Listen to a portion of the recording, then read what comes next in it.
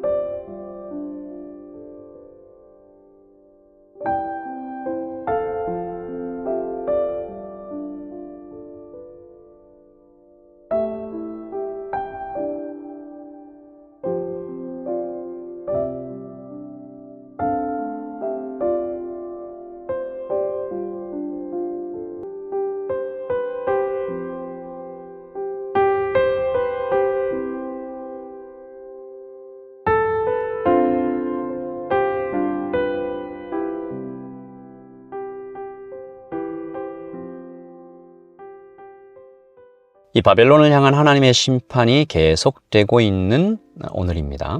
바벨론의 심판이, 바벨론을 향한 심판은 굉장히 크고 두렵게 임할 것이다. 하나님은 반복적으로 말씀하시는데요. 화려하고 아름다웠던 바벨론 제국이 황무지가 폐허가 되는 장면.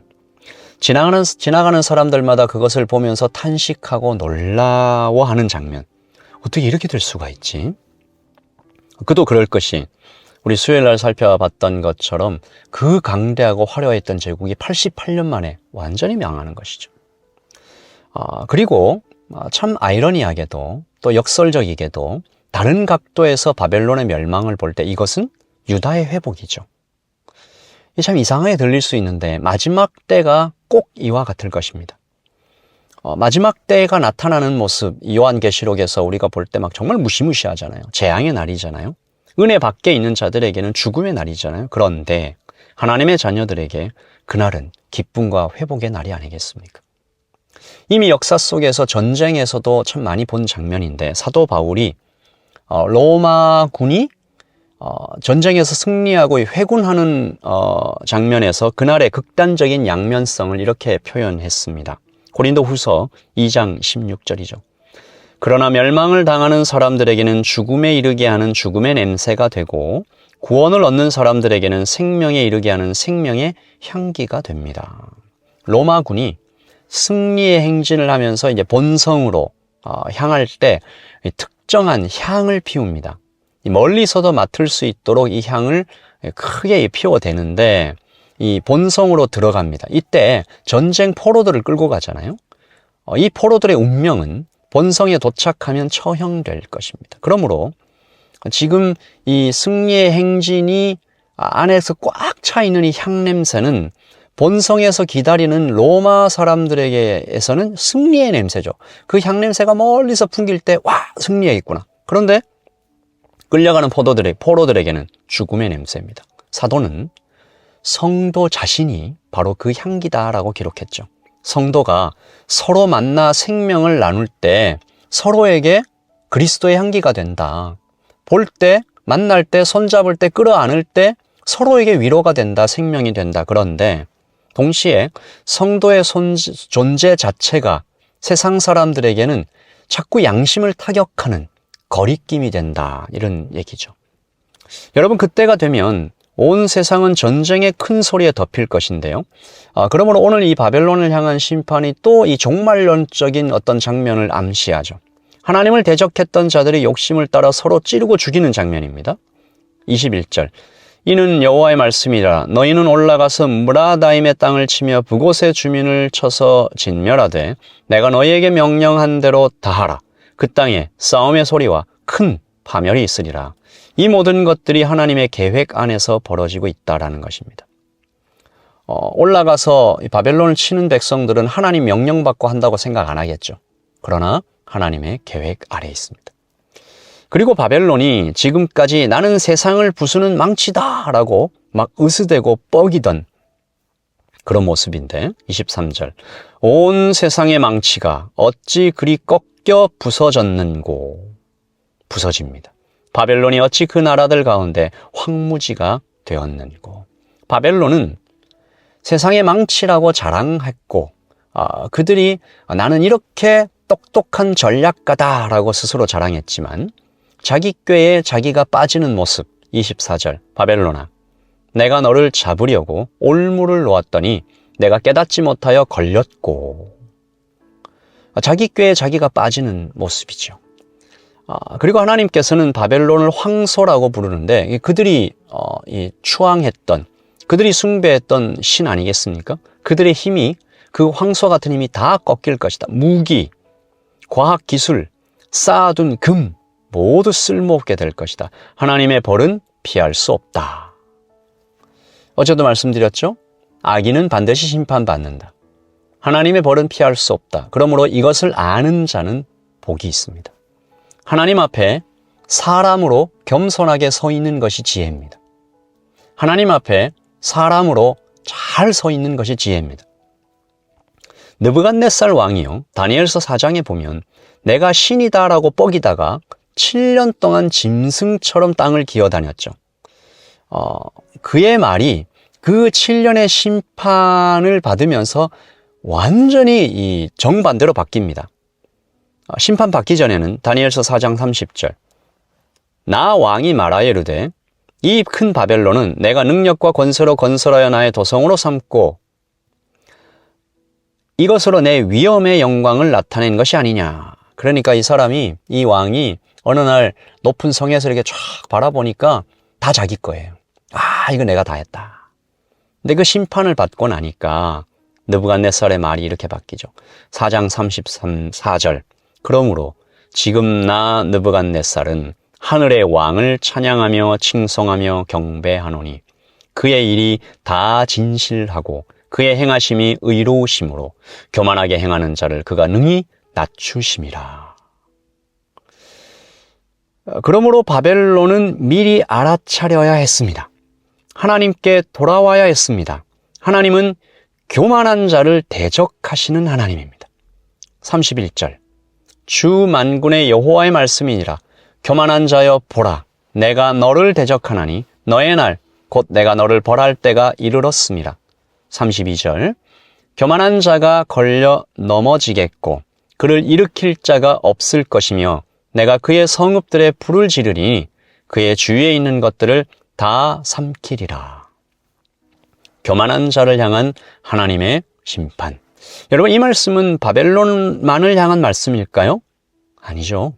오늘 우리의 교만을 찔러 오시는 하나님의 경고입니다. 기회죠. 동시에 축복입니다. 길지 않은 저의 목회 기간이지만 사실 반복적으로 보고 듣는 패턴이 이것입니다. 하나님을 향하여 교만한 자가 넘어지는 것. 아까도 살펴봤잖아요. 세상의 망치 바벨론이 그 망치 자랑하다가 페르시아에게 깨뜨려지는 장면. 29절도 보시면요. 활 쏘는 자를 바벨론에 소집하라. 활을 당기는 자여 그 사면으로 진을 쳐서 피하는 자가 없게 하라. 이런 말씀은요, 이 바벨론의 전략입니다. 다른 나라 침략할 때 먼 거리에서 공격하면서 꼼짝달싹 못하도록 포위해서 들어가는, 바로 그 모습으로 바벨론이 당할 것이다 라는 것이죠. 여러분, 오늘 이 말씀을 살펴보면서 하나님께서 마치 바벨론을 향해서 직접 싸우시는, 그리고 심지어 하나님은 이 심판이 하나님의 보복이라고 얘기하세요. 28절. 우리 하나님 여호와의 보복하시는 것, 그의 성전에 보복하시는 것을 선포하는 소리로다. 우리 이 말씀 들으면 우리 마음에 어떤 감정이 생깁니까? 다시 한번 복음 안에서 성도가 안전하구나. 지금 이 전투를 지휘하시는 분이 누구냐? 직접 칼을 들고 진격해 오시는 분이 누구냐? 하나님, 나의 아버지십니다. 세상이 흔들리죠? 전쟁과 난리의 소문이 막 거세지는 것 같죠? 경제가 무너진다라는 걱정이 도처에서 들리죠? 걱정이 차오르죠? 그러나 하나님이 말씀하십니다. 이 모든 것들을 주관하고 섭리하고 움직이며 경영하고 시작하고 마치는 자는 바로 나 하나님이다. 그러니까 하나님께서 이렇게 얘기하시죠. 여기가 안전하니 자랑하는 그것 내려놓고 교만을 포기하고 하나님 안에 피하라. 내 안에 거하라. 그리고 하나님 말씀하시죠. 너 혼자 오지 말고 바벨론도 데리고 와라. 내 친구도 데리고 와라. 누구든지 하나님 품 안에 함께 오면 내가 그를 구하리라. 여러분, 기도하겠습니다. 아버지 하나님, 바벨론을 향한 심판을 계속 살펴보고 있습니다. 아버지 하나님, 이 바벨론의 심판이 유다의 회복에 똑같은 그날 극단적인 양면성을 살펴봅니다. 아버지 하나님, 그러므로 세상이 난리와 소문으로 전쟁과 여러 가지 경제의 위기로 막 고민하고 아플 때 우리는 오히려 주님 안에서 안전하고 안심하고 평안하며 주님을 향한 찬양을 높일 수 있음을 고백합니다. 주님, 우리는 주님의 품 안에 있습니다. 가장 안전한 분의 품 안에 있습니다. 하나님, 그 안전한 도피성으로 나 혼자 피할 것이 아니라 내 친구, 내 이웃, 내 부모, 내 자녀를 함께 데리고 가 주님의 품 안에 피하는 우리가 되게 하여 주시옵소서. 세상의 모든 역사와 정치와 경제를 주관하시는 하나님 앞에 우리가 다시 한번 단단히 서며 든든히 안심하며 주님을 찬양하며 오늘을 시작합니다. 주님 감사합니다.